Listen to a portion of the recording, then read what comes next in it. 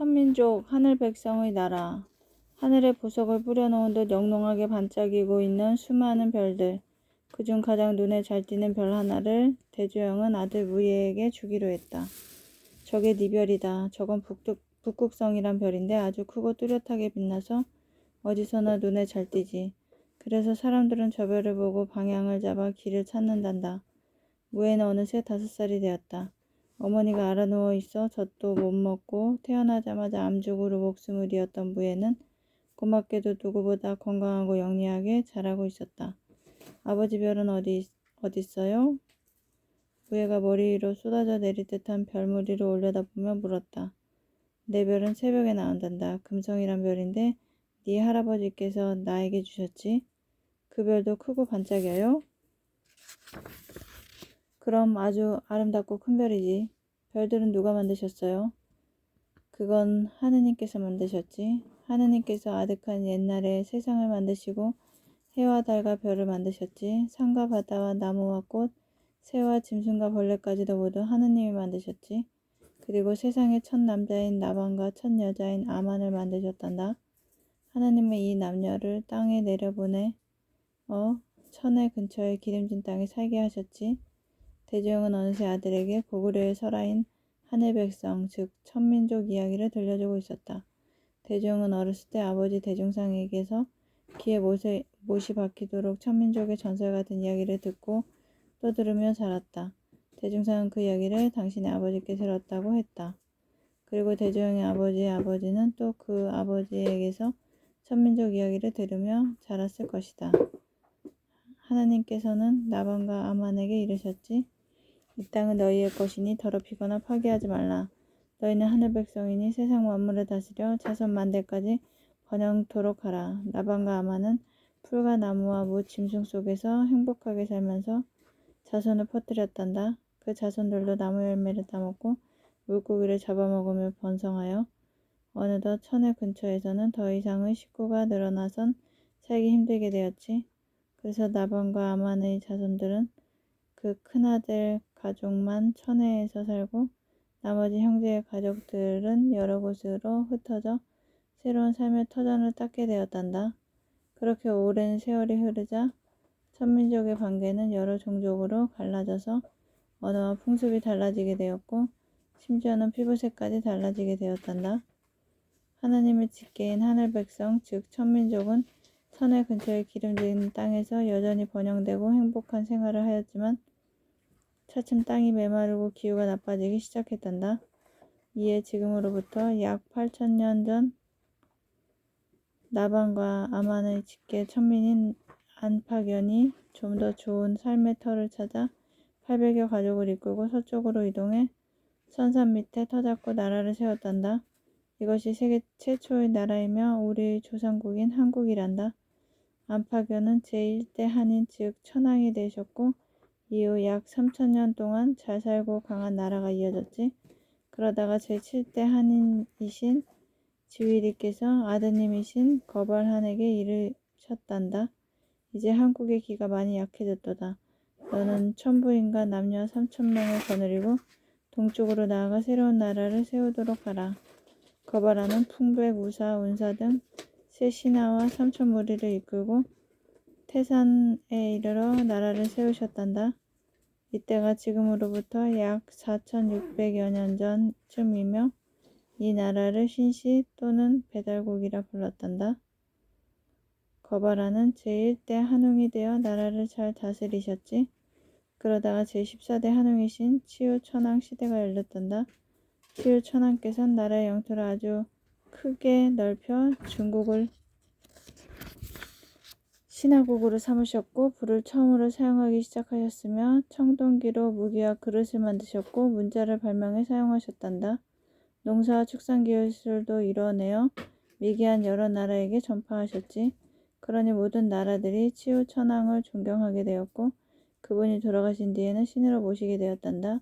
그래서 우리 천신족들은 물론이고 대국이라고 큰소리치고 있는 저 당나라의 중국조차도 아직까지 치유천황을 신으로 모셔 제사 지내는 풍습이 남아있는 거란다. 치유천황 덕택에 배달국은 세계의 중심이 되었지. 그리고 제18대 거불단 한웅에 이르기까지 1500여 년 동안 배달국의 위험이 모든 나라를 덮었단다. 그런데 거불단 한웅께서는 신선이 되기를 원하셔서 늙도록 혼인을 하지 않으셨지. 그러던 어느 날 웅씨족의 처녀인 웅녀와 호씨족의 처녀인 호녀가 찾아와 황후되기를 소원하였단다. 둘 다 매우 아름다운 처녀였는데 그토록 혼인을 마다하시던 거불단님도 그만 첫눈에 반하셨단다. 하지만 둘 중 누구를 황후로 맞이해야 좋을지 모르겠는지라. 나는 장차 신선이 되고자 하니 내 아내도 그만한 자격을 갖추어야 마땅하도다.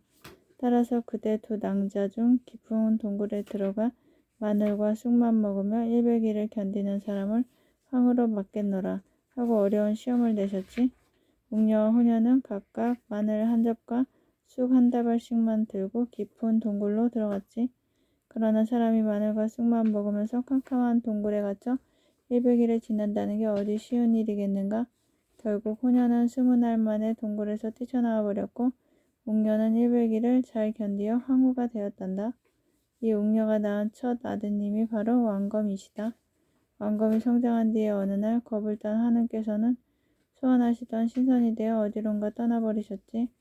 아드님이신 왕검은 백성을 이끌고 동쪽으로 나아가 아사달의 나라를 세우시니 지금으로부터 3000여 년 전의 일이란다. 왕검께서 나라 이름을 조선이라 하고 제1대 단군이 되셨으며 백두산에 신단수를 세우고 성스러운 산으로 삼으셨지. 조선은 47대 단군 때까지 2300여 년 동안 번성한 나라였단다. 그런데 47대 단군이신 고열가는 술과 놀이에만 정신이 빠져 나라를 제대로 다스리지 못하셨단다. 이에 황제의 친척인 해모수가 부여국을 세워 조선의 뒤를 잇게 되었지. 그 몇십 년 뒤 부여국은 북부여와 동부여로 갈라지게 되었는데 700여 년 전에 북부여의 졸본에 주몽 할아버지께서 세우신 나라가 바로 고구려란다. 그리고 고구려의 첫 임금이신 동명성제의 셋째 아드님 원조께서는 백제를 세우셨고 또 혁거세란 분이 신라를 세우셔 우리 천민의 나라가 셋으로 나뉘게 되었단다. 그런데 같은 민족의 나라인 신라가 당나라와 연합하여 백제를 멸망시키고 한림을 적손이 세웠으며 삼국 중 가장 웅대한 나라였던 우리 대고구려마저 무너뜨려 우리가 나라 없는 백성이 되었으니 이 얼마나 원통하고 슬픈 일이 아니겠느냐. 아버지, 그럼 신라는 우리 고구려의 원수예요? 무예가 초롱초롱한 목소리로 물었다. 원수라기보다는 미련하고 속이 좁은 형제국이라고 해야겠지. 고구려와 백제를 없애고 삼국을 통일했다지만 대동강 이북의 드넓은 국토를 당나라에게 바치고 겨우 반도의 반쪽만 차지했으니 그게 무슨 통일이겠느냐. 신라도 뒤늦게야 자기들이 어리석었음을 깨닫고 당나라에 저항하고 있다만 이미 늦었으니 어쩌랴. 무예야, 너는 고구려의 땅을 되찾을 수 있는 것은 오직 우리 고구려뿐인 뿐이란 걸 명심하거라. 대조영은 이러면서 아들의 가녀린 손을 꼭 쥐었다. 전에 대중상은 어린 대조영의 손을 꼭 쥐며 이렇게 말했었다. 치우천왕은 천해와 몽고 지방은 물론이요 중원의 대부분과 바다 건너 외국까지도 영토로 다스리셨다. 우리 고구려인은 더욱 힘을 키워 천민족의 영광을 되찾아야 한다는 점을 명심하거라. 대중상은 대조영이 이해하든 못하든 상관없이 똑같은 이야기를 들려주고 또 들려주었었다. 대조영도 앞으로 어린 아들의 귀에 못이 박히도록 똑같은 천민족 이야기를 들려주고 또 들려줄 작정이었다. 대조영 일가는 영주에 거주한 지 16년 만인 684년에 말갈족 정착지에서 고구려인 정착지로 이주했다. 아리의 건강이 좋아진 탓도 있었지만 보다 효과적으로 고구려 유민들을 단합시켜 당나라에 대한 조직적인 저항 운동을 벌이기 위해서였다. 이 무렵 오동성의 걸걸중상은 수천호의 주민을 거느린 두령이 되어 그 세력을 점점 넓혀 나가고 있었다. 말갈족 추장인 걸사비유도 수천의 군사를 거느리고 당나라를 위협하는 세력으로 우뚝 서고 있었다. 이처럼 걸걸중상과 걸사비유가 점점 그 세력을 키워나갈 수 있었던 것은 이 지역이 당나라에 힘이 미치기에는 너무 먼 동쪽 지대였기 때문이었다. 게다가 당나라 주변 정세가 매우 혼란스러워 전들이 신경을 쓸 겨를이 없었기 때문이기도 했다. 이 무렵 돌궐족이 당나라를 끊임없이 괴롭히고 있었다. 돌궐족은 용맹스럽고 싸움을 좋아하는 부족이었다. 일찍이 몽고와 중앙아시아에 걸쳐 강력한 나라를 세웠으니 중국 당나라의 태종이 이를 쳐서 굴복시켰다. 661년 당나라는 고구려를 침략할 때 돌궐족의 계필 하력에게 육군을 인솔하여 평양성을 공격해야 하였으나 영계소문에게 패하여 달아난 일이 있었다. 그 돌궐족이 당나라의 국경을 침범하며 끊임없이 저항하고 있었던 것이다. 당나라가 이들의 게릴라식 공격에 정신을 못 차리는 사이 이 틈을 타서 걸걸중산과 걸사비우는 각각 세력을 넓혀 나갔다. 당나라의 입장에서 보면 걸걸중산과 걸사비우의 세력은 아직 그리 염려할 것이 아니었다. 그러나 당나라의 지배를 받고 있던 거란족과 습족, 해족 등에게는 큰 자극을 받았다. 이들 여러 종족들이 서로 연락하고 도와가며 조직적인 대당 저항운동을 시작했기 때문이었다. 대종은 동쪽으로 달려가 아버지를 돕고 싶었다. 그러나 걸걸중상은 나는 장차 나라를 세워 우리 고구려 유민에게 희망을 주고 원수국 당나라에게 패배의 아픔을 줄 것이다. 그러나 지금은 너무도 힘이 미약하고 때도 이르다. 너는 영주에서 말갈족과 거란족 등을 연합하여 당나라를 거꾸러뜨릴 세력을 만드는 일에 힘쓰고 있다가 기회가 오면 우리 모두 힘을 합쳐 적을 무찌르도록 하자꾸나 하며 대조영의 저항 세력 양성을 뒤에서 도왔다. 이제 대조영은 40대 장년이 되었다. 그를 그림자처럼 따르는 오수부와 이나루도 각각 처자식을 거느린 가장이 되었다. 아리는 무예를 낳고 곧 죽을 사람처럼 심하게 앓아 누워 있었으나 차츰 건강을 되찾아 둘째 아들 문예를 낳았다. 그리고 셋째 아들 호아와 넷째 아들 낭아를 낳아 대조영을 기쁘게 했다. 이무렵의 영주는 겉으로는 지극히 평온했다. 고구려인과 말갈족은 부지런히 일하여 살림을 늘려나갔으며 세금을 꼬박꼬박 바쳐서 당나라 도독과의 사이도 원만했다. 그러나 고구려인과 말갈족은 당나라의 감시를 느슨하게 해놓고는 사실은 은밀하게 대당 항쟁의 불을 지피고 있었던 것이다. 그 중심에 대조영이 있었다. 대조영은 고구려 유민들 중 청소년을 뽑아 남몰래 군사훈련을 시켰다. 물론 한밤중에 당나라의 감시가 미치지 못하는 늪지대나 깊은 산을 찾아 들어가 은밀하게 하는 훈련이었다. 무기도 만들었다. 농기구를 벼리던 대장간에서 몰래 한두 개씩 만든 무기는 동굴 속의 창고에 감추어 놓았다. 대조영은 오수부와 인나루에게 민병을 주어 당나라 진영의 양식 창고와 무기고를 습격하기도 했다. 물론 영주에서 멀리 떨어진 곳에 있는 당군 진영을 습격하여 영주의 고구려 유민들이 의심받지 않도록 했다.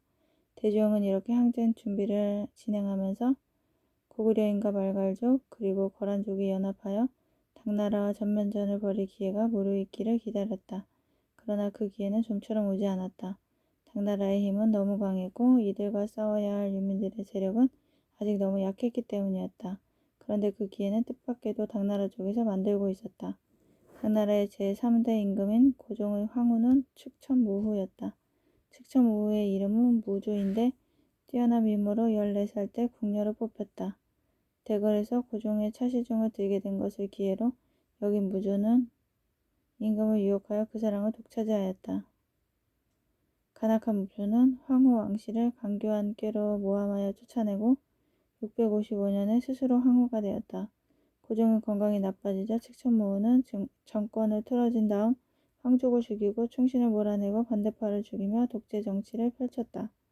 683년에 고종이 죽자 측천무후는 자기 아들 중종과 예종을 차례로 임금자리에 앉혔다가 690년에는 자신이 스스로 임금자리에 앉고 나라 이름을 주라고 고쳤다.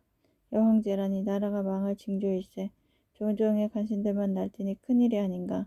때리는 사람들은 탄식했고 탄간오리들은 자기 세상을 못난 양 백성을 쥐어짜서 호사스러운 생활을 했다. 이러니 사방에 도적대가 날뛰고 임금과 조정을 원망하며 무리지어 반역을 꾀하는 일이 자주 생겼다. 이처럼 어지러운 때에 영주 도독이 바뀌었다. 새로 영주 도독으로 부임한 조문회는 난폭하고 욕심이 많은 인물이었다.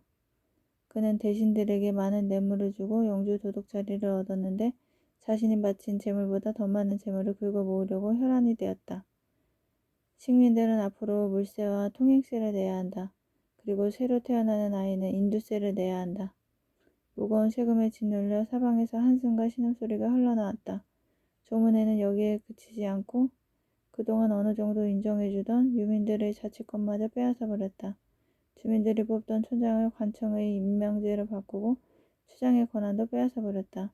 영주에는 거란 원주민이 가장 넓은 지역을 차지하며 살고 있었다. 당나라는 이들에게 자치권을 주고 지도자 이진충에게 송막도독이라는 벼슬을 주어 거란인들을 다스리도록 했었다. 그런데 조문에는 거란인들의 자치권마저 빼앗아 버렸다. 그동안 거란인들은 고구려인과 말갈족에게 곱지 않은 눈길을 보내었다. 본디 거란인들이 살던 땅에 다른 부족들이 들어와 터를 잡게 되니 거란인들은 자기들의 땅을 빼앗겼다고 생각하고 있었다. 그래서 툭하면 고구려인과 말갈족 부락을 습격해 재물을 약탈해갔다. 또 고구려인과 말갈족의 부녀자를 희롱하고 여행자를 폭행하는 등 행패가 잦았다. 피해를 당한 고구려인과 말갈족이 관청에 이를 고발하면 당나라 관리들은 거란인을 두둔하여 사건을 얼렁뚱땅 덮어버리곤 했다. 고구려인이나 말갈족은 당나라와 거란족의 행포에 시달리며 이중의 서름을 당해야만 했다. 이러던 거란족도 조문회의 행포가 심해지자 고구려인과 말갈족에게 손을 내밀었다. 우리 억압받는 민족들끼리 힘을 합쳐 당나라의 폭정에 맞서 싸웁시다. 92페이지까지 읽었습니다.